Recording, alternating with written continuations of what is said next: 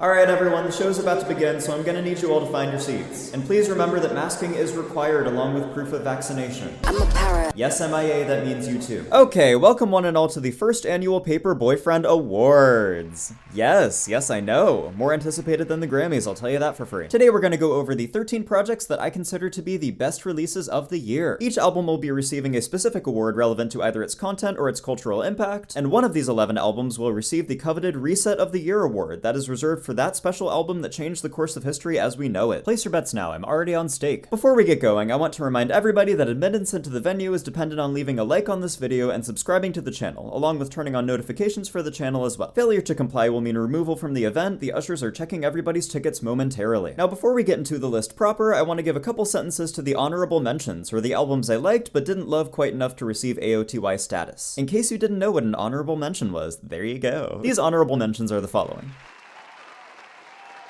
This was the token first notable release of the year for 2024, and though I don't love it as much as Sin Miedo, I do still have a soft spot for Cali's Spanish language music specifically. Muñequita and the Karol G collab are bops, and I have a slight obsession with Me Pongo Loca. Me too, girl. Unironically think this washes Bright Future in every possible way. Not just because this sounds more like songs, but because this sounds more like songs. This EP is a Bandcamp exclusive release, but the funds go directly to the PCRF, so I'm linking the download below. Buy it and check it out, you won't regret it. Did not flop as hard as Twitter would want you to think. Not as good as Renaissance, but still a worthy follow-up. Great album, but I wish you would have made a Spanish language version of it. I heard a lot of people were asking for that. So I had the soundtrack in the official list, but the more I really listened to it, the more I realized the second half seriously drags for me. I love that run of tracks from the Yule opener all the way to the Maria BC song, but everything after that, with the exception of that excellent ambient Lorraine track, is just okay. Oh, and that Weather Station song is pretty good as well. Standard stuff for them, but still worth a listen. This project can be hit or miss, but I honestly can't name a more iconic roster of artists to come together for a movie soundtrack in recent memory. Except for, well, I think this is easily Billy's most mature work to date. Most of the songs are extremely well written and produced, and her voice has never sounded better. I could take or leave other songs here, but I really hope she keeps making music like this in the future. We finally got a new Cupcake album this year. Not every song hits for me, there's a few genre experiments that seriously do not pan out, but for the most part, this is some good old-fashioned Cupcake music, out-of-pocket bars and all. I love that she's still doing some hyperpop cosplay with songs like Queef and Aura. God, I missed her. Listen. Another project I had on the list until I realized it was basically a re-release of an older project that wasn't on streaming. I still love the vibe of this thing though. Songs like Indigo's July and Julian are just so fun and summery that I wanted to talk about them in some form here. I've been wanting to talk about Kilo Kish in general for that matter. I love her music so much and I can't wait for her next full-length project, whenever that may come. Also, this is not an EP, it's fully 10 songs long. Long story short, because I already have a video dedicated to this album, my opinion has not changed and I've hardly listened to it since making said video. The songs I like are fantastic, the ones I don't have major pacing issues. Maybe I'm the first one to point this out, but doesn't an album exactly like this come out every year? Okay, fine, not really. But I think that person meant that in terms of the hype train followed by immediate backlash story arc this album had online. An album like that comes out every year. Fun album. I love Espresso and Bedchem is kind of addicting. She left quite an impression on me at least. Call the Presses, Jockstrap has sons. I mean, their music doesn't sound exactly alike, but I feel like this band is gonna be the new trendy experimental wonky pop group with a female vocalist that puts out a couple of defining EPs before their highly anticipated full-length album. I like certain songs on this EP and I can't wait to see what they come out with next. Again, I already made a video about this album, but my opinion hasn't changed too much here either. I'm not in love with it, but I'm glad it ended up coming out. This album 100% would have been on the main list were it not for the one album per artist rule. By the way, there's a one album per artist rule. I was also this close to finishing a video about this remix album, but the moment passed, so I decided to scrap it. In light of that, here are some quick-fire general thoughts. 360 remix amazing except for Robin Booby line, what the fuck is that?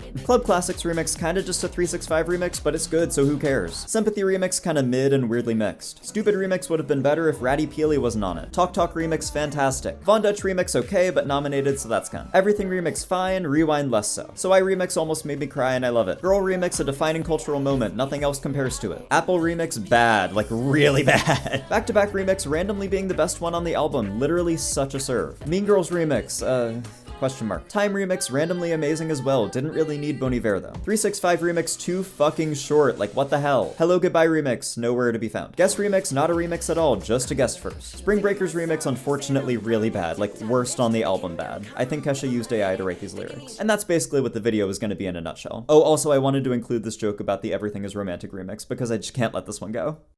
Hey Caroline Polachek, what season is it currently? Fall. Okay, thanks for reminding me. I know, right? Pretty funny. So now, without further ado, let's get into the awards. The So There's the 71-Year-Old Woman Here award goes to The Collective by Kim Gordon.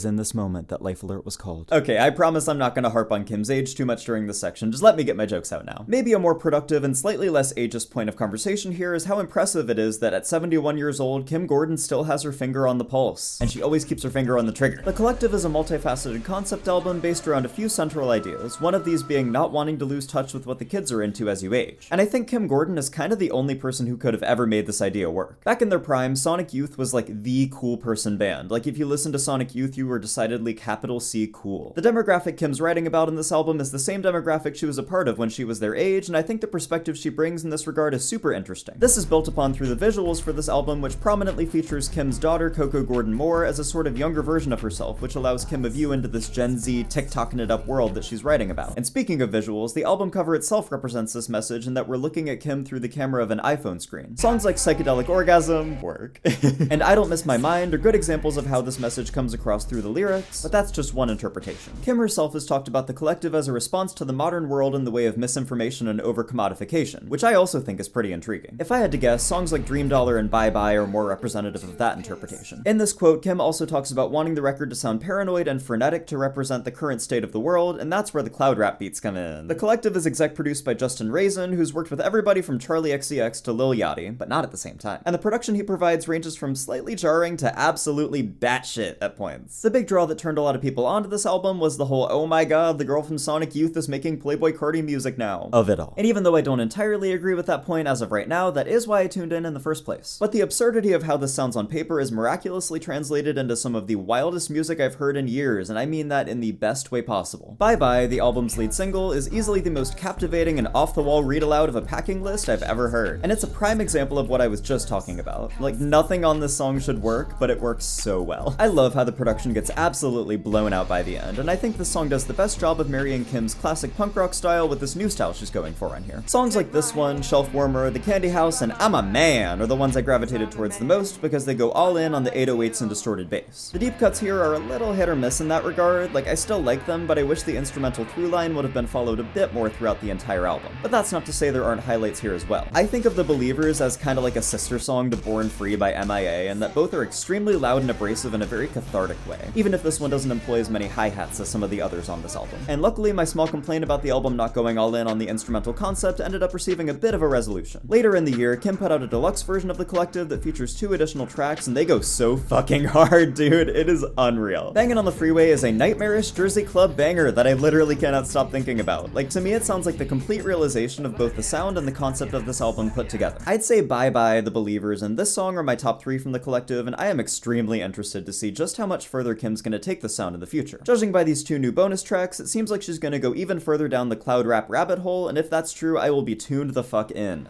Go off, Grandma. The Time Capsule from the 60s award goes to Diamond Jubilee by Cindy Lee.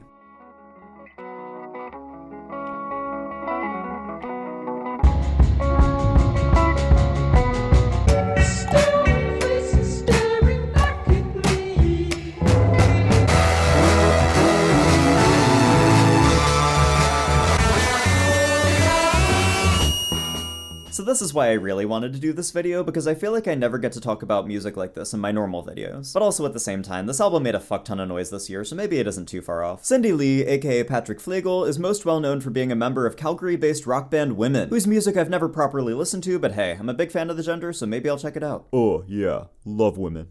Patrick's music as Cindy Lee is notable for a variety of different reasons, but the one that really drew me into listening to this album, besides the hype, was their experimentation with gender. Cindy Lee is a project where Patrick performs with a drag queen persona, and this is evident in their live performances as well as the vocals across Diamond Jubilee. There's points on this album where they sing in their falsetto, and there's others where it's just their head voice, but personally I love when the two harmonize with each other the most. It creates a very eerie effect that works well with the equally eerie production. Another thing that got the public's attention with this album is that it is long. Like 36 tracks, a little over 2 hours long. And to this day, it is still not on streaming services. The only way to listen to it is to download a massive zip file full of wave tracks. Or you could just rip it off YouTube, but to each their own. But despite this extremely long runtime, there's not a lot of filler here. Only 2 of the 36 tracks are under 2 minutes, and there's not a ton of interludes. What makes this so impressive is not the fact that the album is as long as it is, but really that the quality is maintained across this entire runtime. Long albums like these have a tendency to be a little overindulgent and often lose their steam near the end, in my opinion. And the lengths that people had to go to even hear this album would have to make the whole thing worth it it by the time you're actually able to access the files. Or, again, you could just rip it off YouTube. But Diamond Jubilee proves itself worthy of its slight inaccessibility by just being really fucking great. Like I said, I do not think this album loses steam across all 36 tracks here. Every single one earns its place in the track list. Some artists can't do that in 31 songs. Another thing about Diamond Jubilee that drew people in, and the reason for its award title, is just how much it replicates that late 50s, early 60s time period the music is supposed to be set in. The term I'm contractually obliged to use here is hypnagogic pop. I've seen people say that the music literally sounds like it was unearthed from a time capsule from around that time. And there's some pretty genius production here that helps accomplish that effect. Going through the many highlights I have for this album, the initial run from that title track all the way up to All I Want Is You is just fucking fantastic. It's hit after hit after hit. Kingdom Come and Demon Bitch are the other two highlights from the first side, but where I think this side is slightly more consistent, the other side is where I think the best material resides. Stone Faces and If You Hear Me Crying are absolutely my two favorites from this album. The guitar tones on the latter are ear-piercingly addicting, and I love them so much. Stone Faces has the catchiest tune on the album in my opinion, and I appreciate how comparably camp the instrumental is to most other songs here. The second side is also where most of the despondent and or lovesick tracks are as well, such as Government Check, Deepest Blue, To Heal This Wounded Heart, and something tells me that Patrick went through a breakup when writing this album, but I'm not quite sure. I also want to shout out What's It Gonna Take for utilizing some field recordings of birds in a super tasteful way. I love how they're interwoven with Patrick's callouts of time throughout the song. I could go on about all the highlights I have from this album, but then the video would end up being as long as the album itself. So I'd say my top three from Diamond Jubilee are If You Hear Me Crying, Glitz, and Stone Faces. If you're not typically into this type of music, I would still highly recommend this album. I wasn't before I listened to it, but this thing makes me want to seek out some other music like this. You can find the download for this album on their label's website, or, well, you know.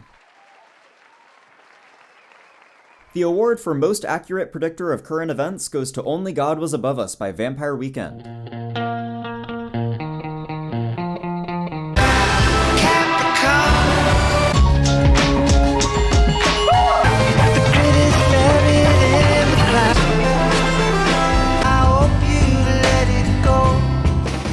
If you have not heard this album yet and you're wondering why the award has this title, check out some of these lyrics. Yeah. Yeah. It's very interesting to me that an album with lyrics and themes like this was written far before the events of early November, because I really feel like this is going to be the soundtrack to the next 4 years in this country, maybe more. Can't wait to bump this while drinking my fluoride-free water and swearing allegiance to the autocracy. And if it makes you mad that I'm joking about that, please don't blame me for trying to make light of the shittiest of situations. It's kind of all we have. Only God Was Above Us, or as I like to call it, Agua, is Vampire Weekend's follow-up to the relatively milquetoast Father of the Bride, and god if this new album isn't a complete 180 in terms of sonics. Father of the Bride sounds like it was processed in the most sterile music factory in the world, but the group absolutely has their edge back on this one. Ariel Rekshad, I think that's right, and band frontman Ezra Koenig co-produced the bulk of this album, and the mixes on a good majority of these tracks just narrowly escape from sounding like a blown-out mess. Now that might sound like a negative thing, but it's this precise balance that makes so many of these songs work for me. It's difficult to push a song's production to its limits without ruining the mixing quality, but songs like Ice Cream Piano and Capricorn do so while preserving the eardrums of the listeners, which I think is so considerate. It's songs like these that really made me fall in love with this album. Vampire Weekend got weird again. My favorite example of this weirdness is the song Connect, which is literally like if the soundtrack of The Sims 2 was turned into a Vampire Weekend song. It's really uncanny. That's mainly because of the upright bass that serves as the backbone of the song, but I think the piano is the real show stealer here. The multiple solos it gets throughout the song makes me want to see it performed live so bad. Like, I can only imagine someone doing all of that in person. Prep School Gangsters, which might take the prize as the most Vampire Weekend song name ever, and The Surfer are relatively tame compared to most other songs on the album, but it's nice to hear the band return to its roots for a song or two. And Rostam co-produced The Surfer, so it's good to see him fulfill his contractual obligation to work on at least one song per album going forward. It's kinda like his version of Child Support. Pravda is another highlight for me. Every single time I heard them say that word Nenora, I made a little face. And the instrumental on Mary Boone is easily the most inventive production I've heard from the band in years. It's ridiculously cool. But the song I've been into the most since revisiting this album for the video is 8-minute closer Hope, and that's largely because of these lyrics. Right now, the sentiment of this song is ringing true for a lot of people in America. The enemy is invincible and immune from any consequences, so what else is there to do? Support local drag, I guess. But to be for real, the metaphors across all 5 verses here tell stories of valiant efforts that resulted in no reward or even punishment in some cases. And the chorus brings it back by asking the listener why they even care in the first place. This song is basically Bohemian Rhapsody for nihilists. But like, I feel like that's what a lot of people who are happy with the outcome of the election are hoping for right now, that those that they disagree with just shut up because we lost, it's over, they have total control. But giving up means resigning to an entire lifetime of this shit, and personally, I refuse to let my future kids live in a world like this, so I'm not gonna. All that to say, hope the song is ironic, not just because of its delivery, but also because of the context it can be put into today. Give that one a listen if you listen to anything off this album. I can't say it's in my top 3, that would be Connect, Mary Boone, and Capricorn. But the messaging of hope, and this album as a whole, is seriously hitting hard right now, and I think it would be a perfect time for you to listen if you have not already. And if you're not American, I'm so sorry, but I had to get that out of my system. Utilize the small platform you have, you know. The best GOTdam country folk album of the year award goes to Howdy by Howdy.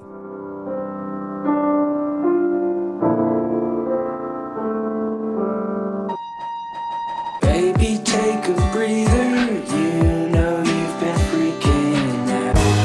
Took my breath away.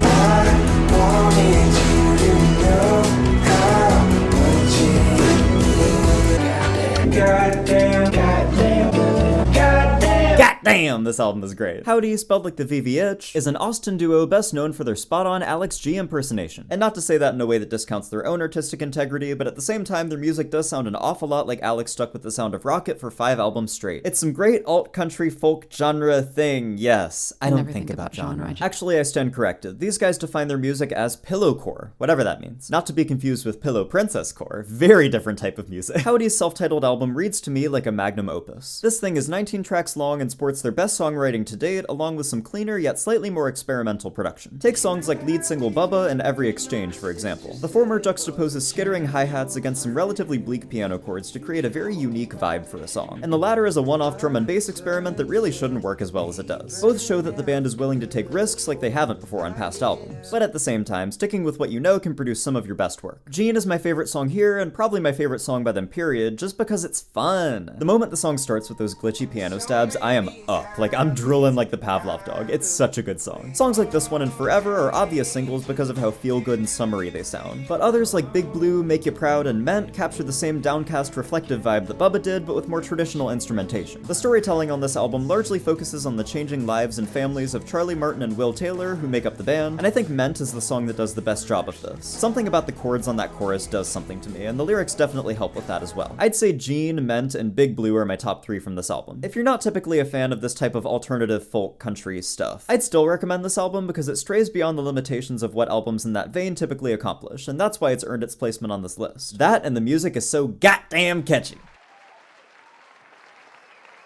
The award for Go-To Anxiety Reliever goes to Here in the Pitch by Jessica Pratt.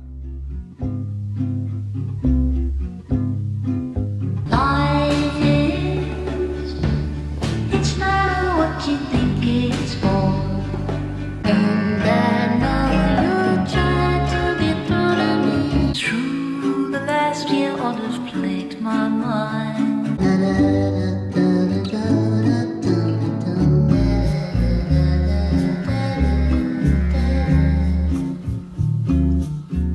Like any other human that has a basic grasp on reality right now, I have anxiety. And if you're one of those weird superhuman people that doesn't have anxiety, I'm kinda jealous. Like, how do you even live? Like, do you just not worry about shit constantly? Weird. Anyways, I often rely on music as a means to calm my brain down whenever it wants to second guess every single decision I've ever made. And since discovering Jessica Pratt earlier this year, I've basically found the exact right type of music to counteract these thoughts. In pop terms, Jessica Pratt outsold, anxiety tanked worse than 143. My Pratt summer started with my first listen of her sophomore album, On Your Own Love Again, which at this point I basically consider a modern classic. That album captures such a specific vibe like nothing else that's come out recently. It's the closest I've heard somebody get to becoming a modern Linda Perhacs. There is a substance joke to be made here, I just know it. But this is a video about albums released in 2024, so let's talk about Here in the Pitch instead. This album relies on the typical Jessica Pratt playbook. 9-song album, fairly short, nothing too showy or experimental, just some simple skeletal Laurel Canyon-esque folk music. And when it comes to Jessica's music, that's really all you need. Here in the Pitch sounds like a cleaner, more honed-in version of the sound she's been pursuing for more than a decade now, and the music here is a perfect reflection of her mastering her craft. Lead single Life is one of the more lively songs here, and I think that's needed on an album as spare as this one for at least one track, so I appreciate it for that reason. The following Better Hate might be one of my favorite Jessica Pratt songs melodically. The song has a super interesting and complex melody that's a lot of fun to keep track of as it goes along. But after these two songs, we get into the more meditative and slow material that makes up the rest of the album, my favorites of these being World on a String, Get Your Head Out, and By Hook or By Crook. The magic of Jessica's music is on on full display with these songs. The instrumentals sound perfectly dated, the lyrics are wistful and meditative, and there's enough scat to... okay, yeah, I'm not gonna finish that one. However, the absolute defining moment of this album, and the song that got me into Jessica Pratt in the first place, is Closer the Last Year. I don't know what it is about this song in particular, but it really tugs at my heartstrings. I get a little wistful myself every time I listen to it. Maybe it's because I discovered the song a little later in the year, and it provides a nice moment to think about everything I've done in 2024 so far, and what's to come next year. I haven't talked about it too much on this channel, but I did a lot of traveling this year that has not really been kind to my bank account, but it has still allowed me to see parts of America that I've always wanted to experience and meet a lot of cool new people. And personally, I would not trade that for the world. Here's a few pictures to flex. Is that what the song is about? Absolutely not. I'm fairly sure it's about a relationship that two people are in despite the odds, but I like forming my own meanings and special relationships with songs like these. Basically, The Last Year is kind of like a grounding song for me, and I think it's a perfect way to close out an album like this. My top 3 are obviously The Last Year, along with Life Is and Better Hate. Let me know in the comments if you have a similar relationship to this album, or any other albums that help ground you and calm your anxiety. I'd love to hear them. The Fuck It, Let's Just Have Fun This Time award goes to Charm by Clairo. I thank you for your time. I guess I don't cry. You know me. It's second nature. I honestly can't believe it's taken me this long to talk about Clairo on this channel. There's a popular internet term that I could use to describe the situation, but I just can't think of it right now.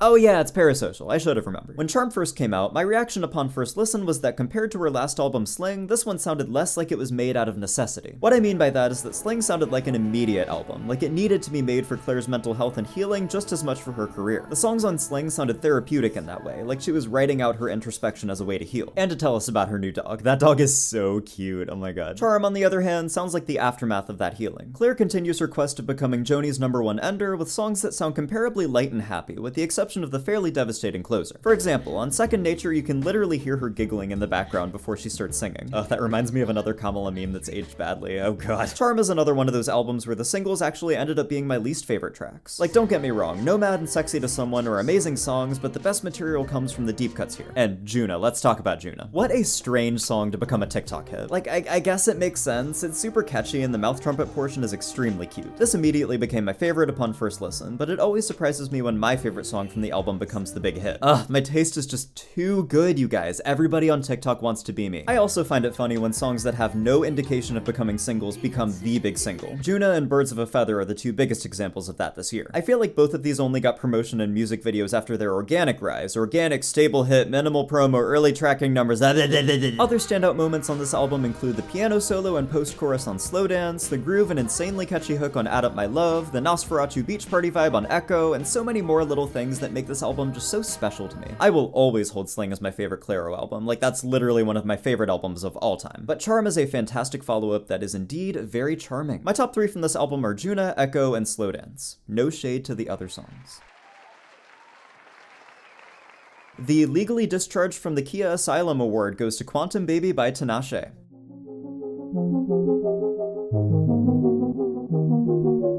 I've been a nasty girl, nasty. I'm ready to cross that line.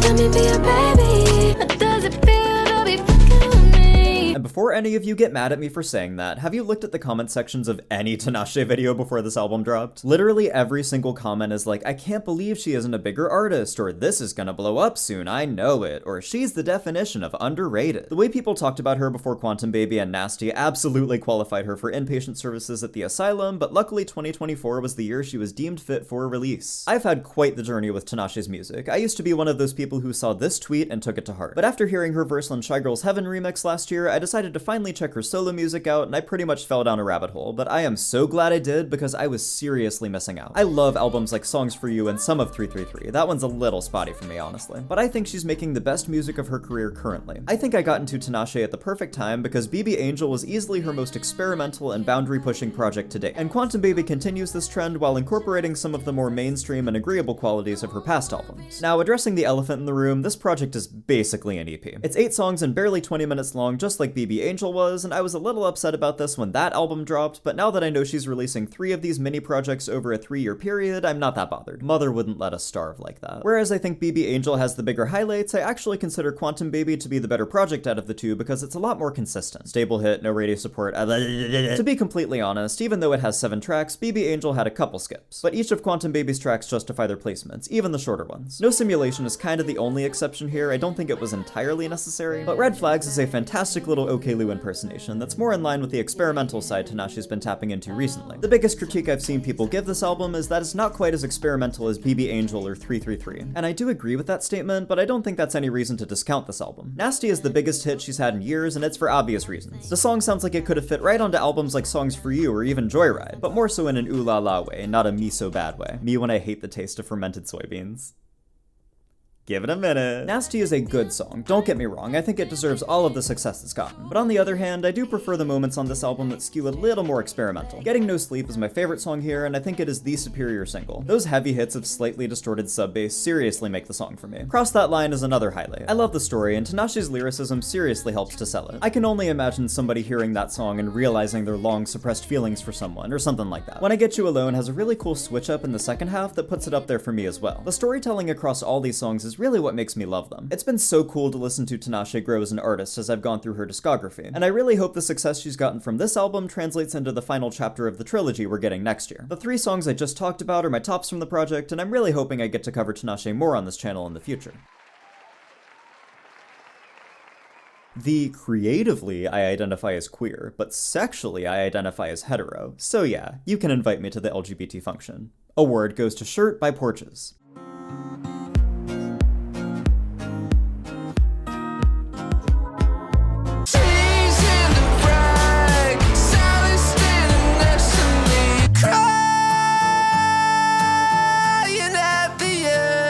Now we will never be apart again.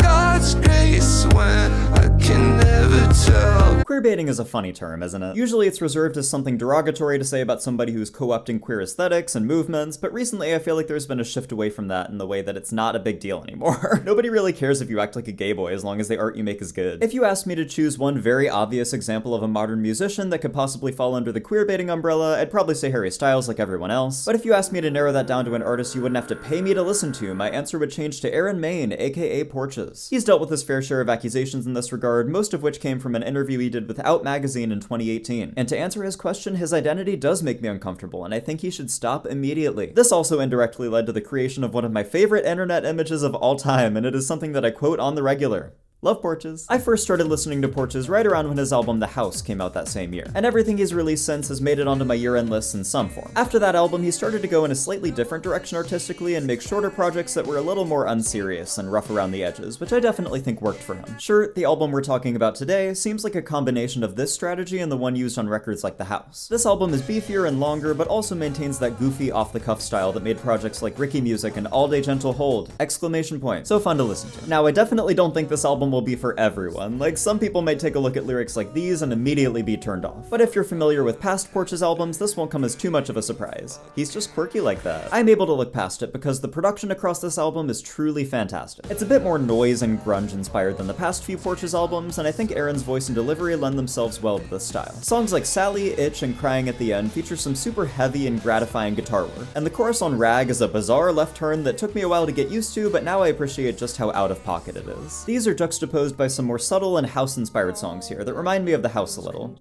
I wonder why the album's called that. And these are songs like Precious and School. But my favorite moments on here are when Aaron tries something else entirely. And by try something else entirely, I mean he really wanted some of Alex G's nachos on here. This is now the second son of Alex G mentioned in this video, and I do want to make the point that just because an artist makes music that's eerily similar to the sound of another artist does not mean the work is invalid. Like, it's not like Alex himself is the founder of slacker rock or alt country or anything. But at the same time, I do think that certain moments on Shirt give me serious Trick vibes. Silly rabbit, tricks are for porches. For example, it was pointed out to me that the tune on Itch sounds eerily similar to the Trick song Cute, spelled with a K. And though it doesn't ruin the song for me or anything, I think it's a very interesting similarity to point out. But my favorite song on this album is Joker, which definitely takes from the Alex playbook, but still sounds unique enough to work as a Porches song. If anything, this one is more Bjork inspired, and that mainly comes through the lyrics. Her impact is unmatched. The tune on this song is super catchy, the production is crisp, and there really isn't another song like it on the album, so it's definitely the standout moment for me here. The only complaint I have about Shirt is that the ending drags a little for me. The last 3 songs aren't much to write home about. If I want to listen to a concept song about America, I'm gonna tune into GOTY Bucks. And the closer is one of those ode to my craft songs that finishes the album on kind of a limp note. But taking everything into account, Shirt is another great offering from Porches that I'll be turning on whenever I get the impulsive urge to paint my nails. Shawn Mendes, listen and take notes. I would say my favorite songs on this album are Joker, Itch, and Sally. The award for Best Guitar Shreds and Cuntiest Album Cover goes to My Method Actor by Nilüfer Yanya.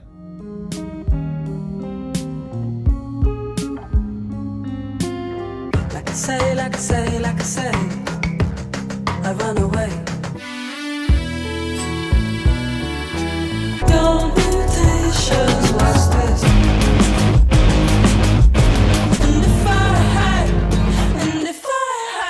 This album has continued my pattern of getting into one husky-voiced British female songstress per year. Last year it was Tirza, and this year it's Nilüfer Yanya. And as much as it sounds like I'm talking in Simlish right now, I promise you that I am not. Nilüfer Yanya is one of those artists that I've always known about, and I hear about whenever they release a new project, but I always end up forgetting to check said project out. This year though, her 3rd studio album, My Method Actor, made enough noise around the time of its release that I basically had no choice. Like, tell me how you look at an album cover like this and decide to not give it a listen. She is giving! But beyond the serve that is this cover, the music on My Method Actor is absolutely the best music this artist has ever made. Since hearing this project, I've gone back and listened to some of her early work, and it's good, but this album is fucking great. This album sounds like Nilüfer Yanya has cracked the code when it comes to the specific style of music she makes. Right from the jump, opener Keep On Dancing sets the scene with an extremely catchy tune and some dramatic production that matches her equally dramatic performance style. It's a short song without a lot of variation, but it perfectly leads into lead single Like I Say, I Run Away, which, oh my god. I think I can confidently say that my first listen to this track was my absolute favorite first listen of the year. When that fucking chorus hits and the walls of crushing guitar come flooding in, like, girl, just listen to this. I feel like all my friends, they don't read my mind. The minute I'm not in control, I'm tearing on the side. Right? Like, that's some good shit right there. If that hasn't convinced you to listen to this album, then nothing will. Easily one of my favorite songs to come out this year. The following track, Method Actor, No My, has an almost equally satisfying guitar shred on the chorus, and again, the drama the song brings with the dynamic shift is just so...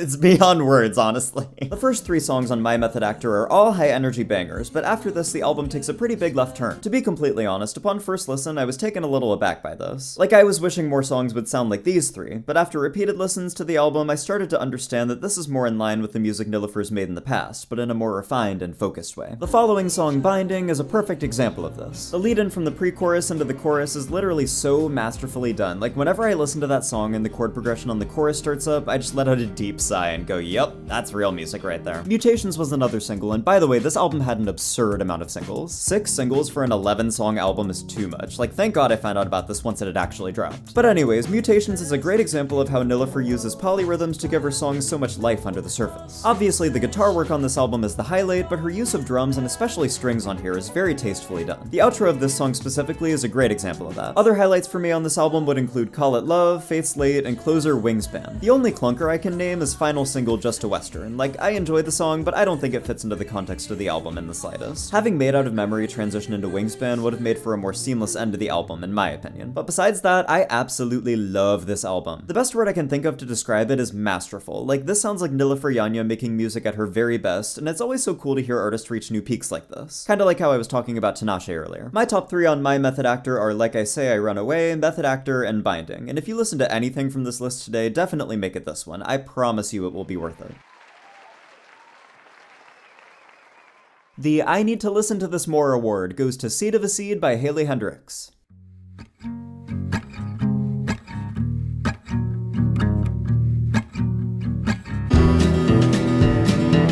When I take a false glove, spit in the sink, defines our love terms. Time, you know, has its stones.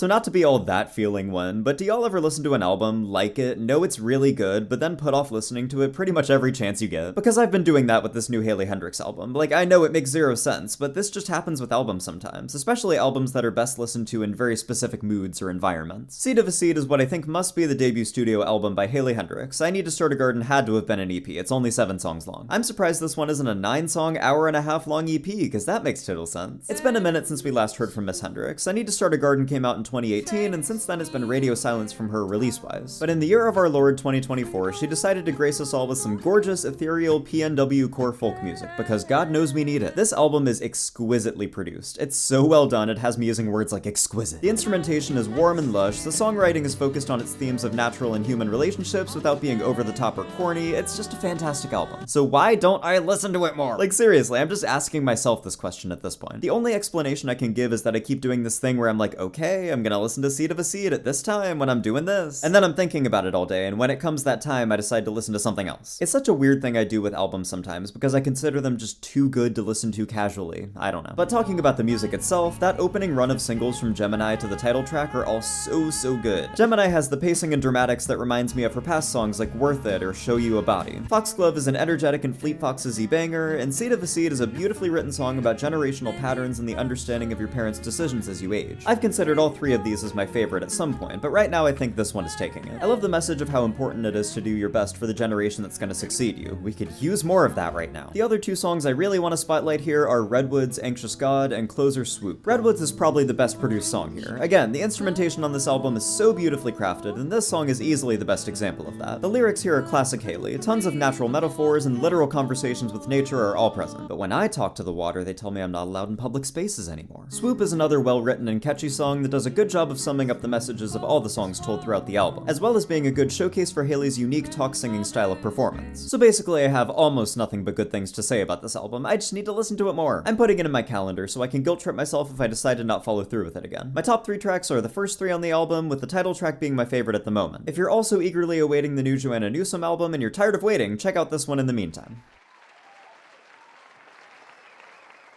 The post-election Doomscroll soundtrack award goes to Night Palace by Mount Erie.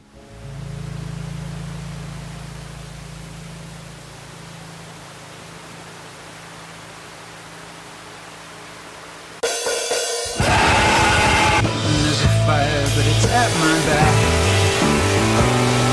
What you see as those mountains is flowing matter. Mist-kissed face.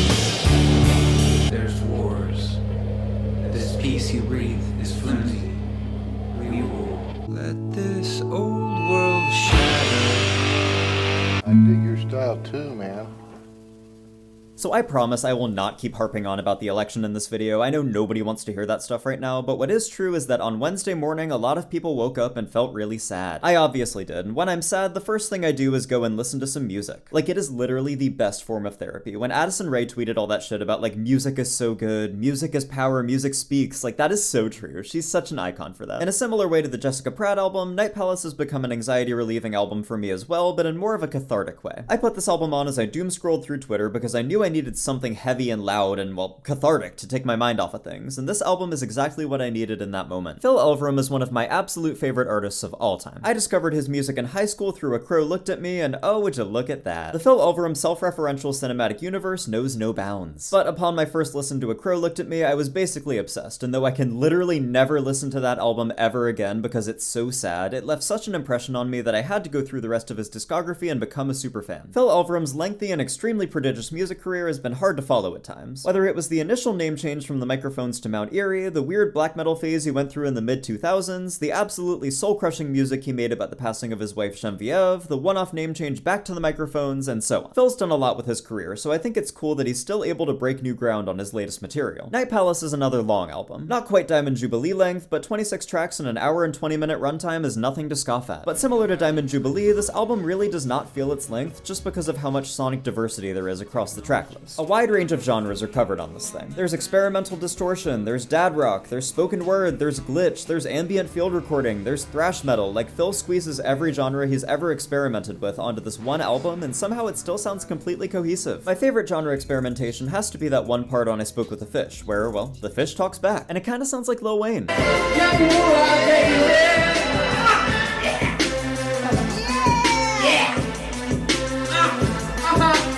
That song is my favorite across all 26 of these tracks, not just because of how absurd it is, but really for the sonic range Phil's able to capture across the entire song. After this ichthyological interaction, there's a fantastic brass and choral section that really brings the song home. I especially love the line here, "Recorded music is a statue of a waterfall." Across his entire career, Phil's been attempting to define the meaning of what he does with his life through song, and honestly, this might be the most fitting definition I've heard, and the most pretentious. Huge Fire is another highlight for me. This one's been around for a while in the form of live performances, but the recorded version is greatly improved by the distortion portion at the end. I love to rhyme and have fun. Other highlights on the first half of the album include the opening title track with its creepy distorted whining, the insane transition from breaths into Swallowed Alive, the absolutely adorable ode to Phil's daughter on My Canopy, and the patient use of field recording on I Heard Whales, I think I heard them too. Also, lead single I Walk was my favorite track for a while, so I kind of feel like I need to shout that one out too. The ending is fantastic. My only gripe with this first half is that the dad rock songs, like other lead single Broom of Wind, I Saw Another Bird, and Empty Paper Towel Roll, are not my favorites. They're easily the most friendly and accessible material here, but personally I love Phil's music when it's at its weirdest and most distorted and feedbacky, which is why I especially love the second half of this album. Getting back to what I was talking about earlier, with this album being my election doomscroll soundtrack and all, another reason it really worked in that specific context is the subject material of songs like November Rain, Co-Owner of Trees, Demolition, and Non-Metaphorical Decolonization. Take a wild guess as to what that one's about. Hearing lyrics like This America, The Old Idea, I Want It to Die was exactly what I needed to hear that day. The other songs I listed go more in depth into the idea of ownership, land ownership specifically, and how strange of an idea it is that we as Americans claim to own land and property when we stole said land from its original inhabitants in the first place. There's some other miscellaneous tracks in the second half, one of them being a threequel to The Gleam off of It Was Hot We Stayed in the Water, and a couple that describe the meditation retreat Phil took during the writing of this album, Demolition being my favorite of these tracks. Overall, I think Night Palace is another step in the right direction for Phil's music after Microphones in 2020. I consider both of these albums some of his best work since the 90s. Mount Erie's releases post A Crow Looked at Me were a little spotty in my opinion, but it's good to see this project get its groove back with this album. My top 3 tracks are I Spoke with a Fish, Huge Fire, and the opening title track, and though it's probably gonna be a while until the next Mount Erie project, I'm perfectly okay with getting to live with this one for a while. The EPOTY award goes to the Cassie Crute EP by Cassie Crute.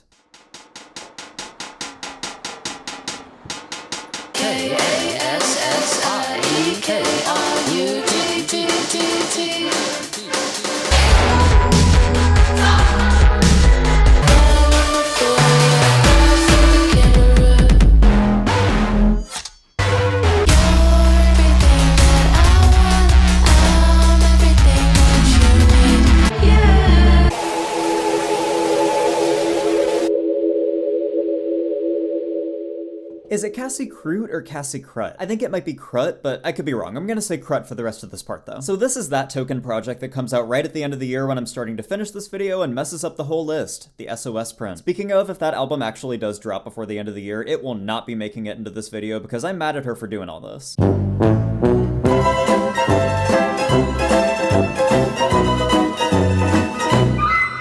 But anyways, Cassie Crud is a New York City-based band made up of married couple Kasra Kurt and Eve Alpert, along with Matt Anderegg, who were once part of a Philly-based band Palm, but are now making music under the Cassie Crute name. Crut. Fuck. This music, to me, sounds like if Jockstrap got Arca production. I know I said earlier that fuckers are gonna become the next Jockstrap. Those are not real words. But I think the world has room for 3 trendy experimental wonky pop groups with a female vocalist who puts out a couple of defining EPs before their highly anticipated full-length album.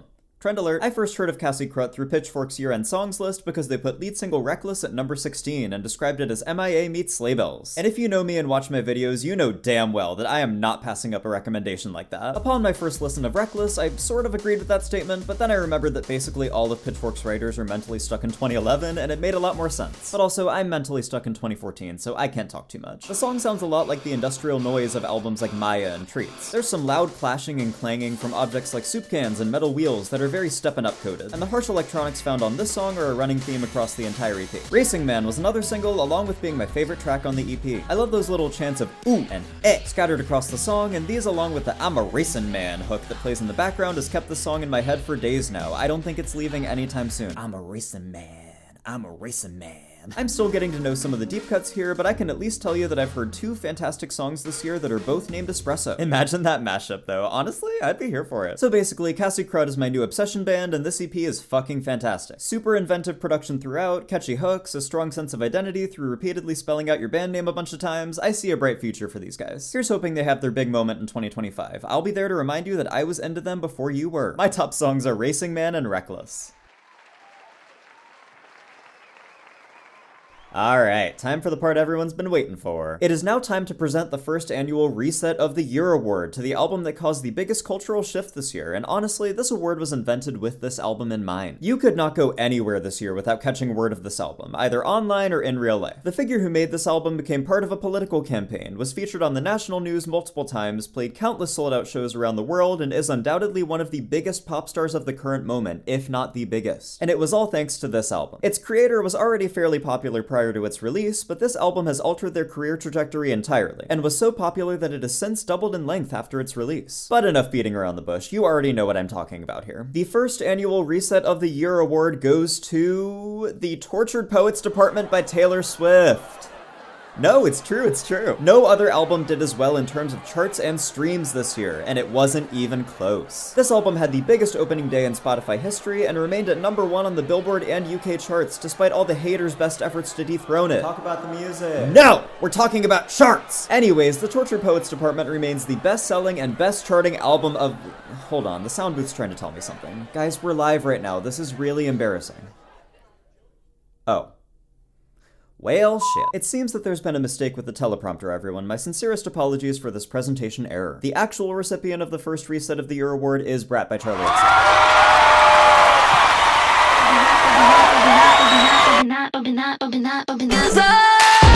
I'm just living that life. Club classics, club classic. Mad tattoos on leather tan skin. Jesus Christ on a plastic sign. Bingo! Place went boom, boom, boom, boom, clap. Gas.